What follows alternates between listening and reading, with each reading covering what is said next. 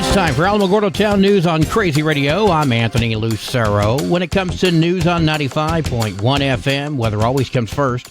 Another major winter storm is expected to bring heavy snow, strong winds, and blizzard conditions to the upper Midwest and Great Lakes region today and tomorrow. Now, behind this system, frigid temperatures are likely across the Rockies and Plains. The same system will also produce significant weather across Arklatex, the Gulf Coast, and the Southeast.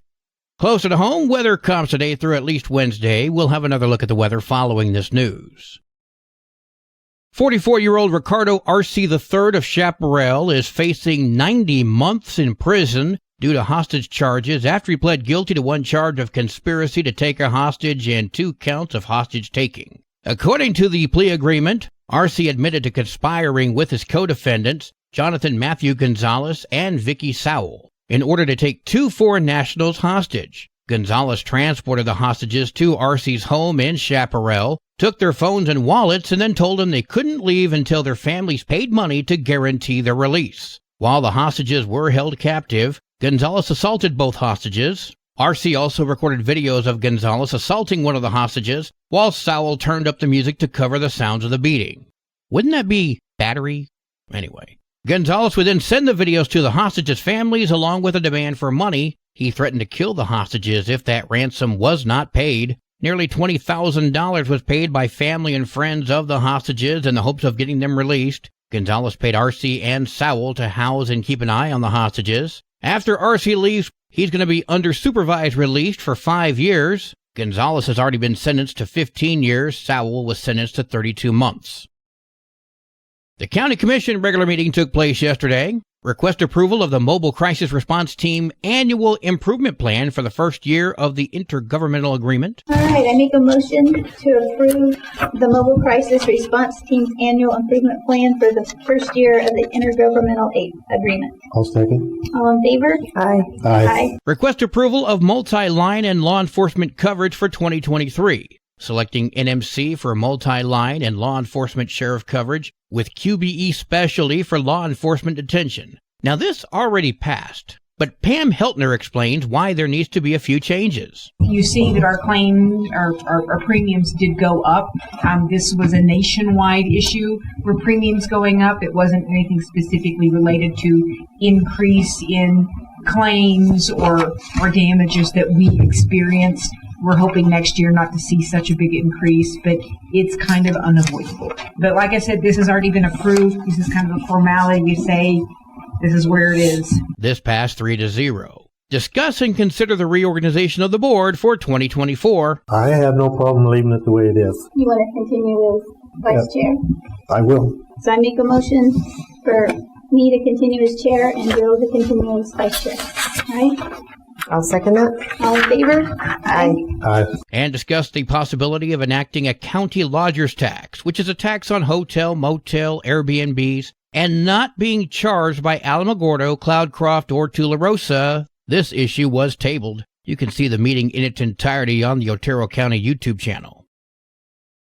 The Alamogordo Public Schools Board of Education had a meeting last night. It began with a closed session. When they finally returned, no action was taken by the board during the executive session. First motion. So the first motion would be to approve providing Superintendent Renteria with the complaints for response in the agenda. Unanimous aye. Second motion. And the second item, direct legal counsel to draft a scope of investigation to bring back to the board for approval in light of the discussion in closed session. Unanimous aye. Okay, and next we'll take action, if any, to place superintendent on administrative leave with pay pending handling of complaints and provide her with a letter pertaining to same. Unanimous aye. So Pam Renteria is now officially on suspension. Number 5, take action, if any, to appoint an acting superintendent and enter into an agreement with an acting superintendent. Call for a motion to appoint Michael Crabtree as acting superintendent and enter into a supplemental agreement with the following key terms. Prorated salary of $140,000 beginning January 11th and ending when the superintendent returns from leave or a new acting superintendent is appointed, or the superintendent resigns or is terminated and the board enters into a contract with a new superintendent, whichever comes first. Upon cancellation of the supplemental agreement, the acting superintendent will return to the original contract. Unanimous aye, making Crabtree the new acting superintendent. So we'll continue to discuss the matters as published in the agenda under B2. Superintendent Renteria, please join us. The board then returned to closed session. When they finally reemerged, Okay, we will adjourn this meeting at 11:38 p.m. which is way past this old grandpa's bedtime. I did reach out to Pam Renteria as well as Angie Cadwallader for comment. Neither responded. Well, today is Friday. It's time for a cat chat from Kitty City, NM. Hi, this is Kathy Denton from Kitty City, NM, and welcome to this week's edition of Cat Chat. This week, Kitty City is featuring 3 gorgeous tabby girls who are not related but have a lot in common. All 3 girl kittens were born within 3 months of each other in 2021, and all 3 will be turning 3 years old in the next few months. All 3 are classic gray tabbies. They are all beautiful and delightful. Clementine is an extremely friendly kitten born in early March 2021. She has long fur and large eyes that she uses to her advantage. When we look at her, she stares back at us with those big eyes. This makes her quite irresistible. She loves when people enter her room. She is right there at the door to greet her people and ask for attention and pets. She has personality plus. Fluffy is a very pretty tabby. She is sweet, affectionate, and cuddly. She has medium-length fur, which is super soft and fluffy. Fluffy had extensive dental extractions in October of 2023. This surgery resulted in extractions of all of her teeth, with the exception of her canines. She is doing well, and she eats well on her new diet. Precious was so named by one of our Kitty City NM volunteers because she is, well, so precious. Precious! There is no better name for her. Precious is 2.5 years old. She loves to receive our attention and being cuddled close in our arms. She has a quiet personality and is not demanding. But when she is noticed, you can see all of her sweetness. Come see Clementine and Fluffy and Precious and all the great kitties at Kitty City NM at 56 Stanley Ranch Road, or visit all of our cats and kittens on our website at www.kittycitynm.com. Tomorrow, Saturday, January 13, Kitty City will not be at the White Sands Mall for an adoption event. We will begin the new year with an adoption event the following Saturday, January 20 and January 27 at the White Sands Mall from 10 a.m. to 4 p.m. However, Kitty City will be open on Saturday, January 13, tomorrow, at 56 Stanley Ranch Road from 9 a.m. to 1 p.m. And Alamogordo Animal Control will also be open on January 13, tomorrow, from 12 to 5 p.m. Please come by Kitty City or Alamogordo Animal Control and find your forever friend. This has been this week's edition of Cat Chat. I'm Kathy Denton, and we will be talking with you next week from Kitty City NM. Kitty City and you, no one loves them better. News from around the state in just a moment. This is Alamogordo Town News on Crazy Radio. I'm Anthony Lucero. AlamogordoTownNews.com is a locally owned website featuring local news matters from a local perspective that affects you, and we bring it to you directly. Plus, local sports, cultural arts, and events. Online, AlamogordoTownNews.com. Owned and operated by Second Life Media.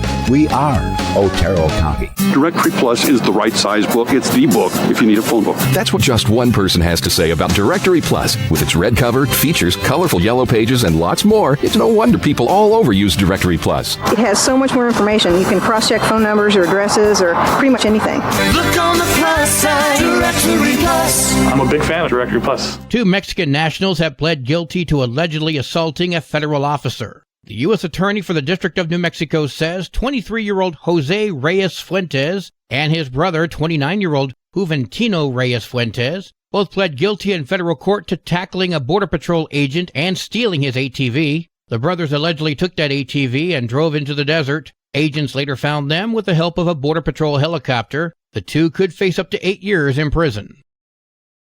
As the state's lawmakers get ready for another session of lawmaking, some have already announced proposals for more criminal penalties to try and reduce crime, while others like the ACLU and the Drug Policy Alliance say longer sentences for criminals is just a quick fix, but only compounds the criminal problem. Emily Kaltenbach of the Drug Policy Alliance spoke with KRQE. It leaves people with criminal records that cause more barriers, more harm, more isolation for them down the road. These folks experience trouble accessing housing, education, employment, treatment. So let me get this straight. If someone breaks a law, we the people owe them a home and education? But if you don't break the law, then am I to assume that we're still on our own and must purchase these things ourselves by way of hard work? The upcoming lawmaking session will only last for 30 days, so most non-budget focused bills will require the governor's support in order to make it on the agenda.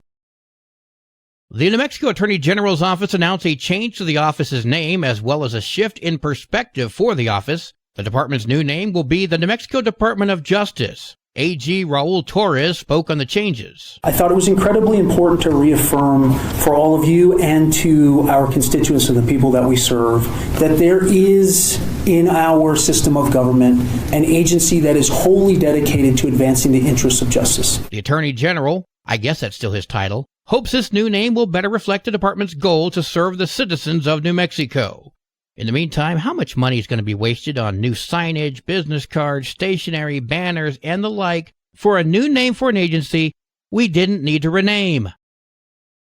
Finally, a fossil discovery made in New Mexico has revealed evidence that the tyrannosaur was in North America millions of years before paleontologists previously believed. A study by the New Mexico Museum of Natural History and Science, Executive Director Dr. Anthony Fiorillo and other researchers identified a newly discovered subspecies of tyrannosaur known as Tyrannosaurus mcraensis. It was found by some people enjoying the lake one day. These were people who lived in Las Cruces. They were boating on Elephant Butte Reservoir. This was in 1983. They landed on the eastern shore of the lake and had a big chunk of this jaw here flying on the ground. In 2013, researchers started to notice discrepancies in the fossil and then realized they had a tyrannosaur, but not the more familiar variety. The Tyrannosaurus mcraensis was roughly the same size as the T-Rex, which measured up to 40 feet long and 12 feet high, but this creature existed around 5 million years before the T-Rex. The piece of the Tyrannosaurus mcraensis skull that researchers analyzed is currently on display at the New Mexico Museum of Natural History and Science. Sports and weather are next. This is Alamogordo Town News on Crazy Radio. I'm Anthony Lucero. They are role models and educators. Their work requires a great deal of time and energy for very little pay.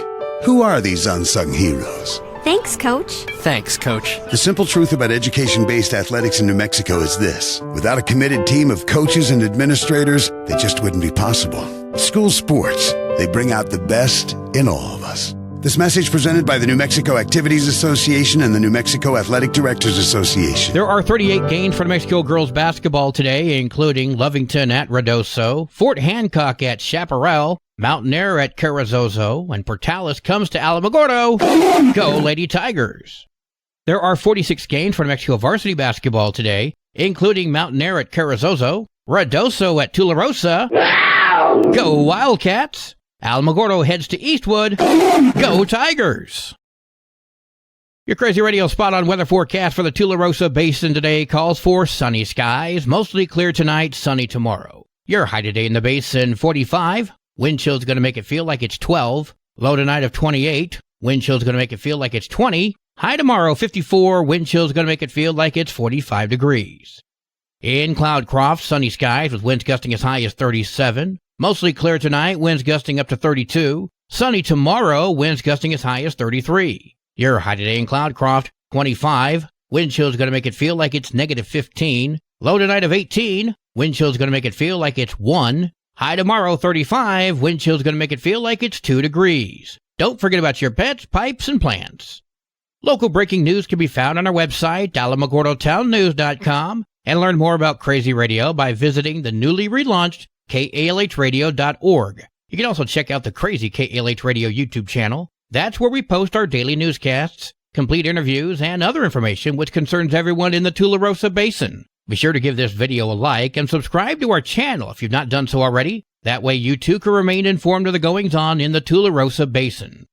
Well, that concludes today's edition of Alamogordo Town News on Crazy Radio. I'm Anthony Lucero.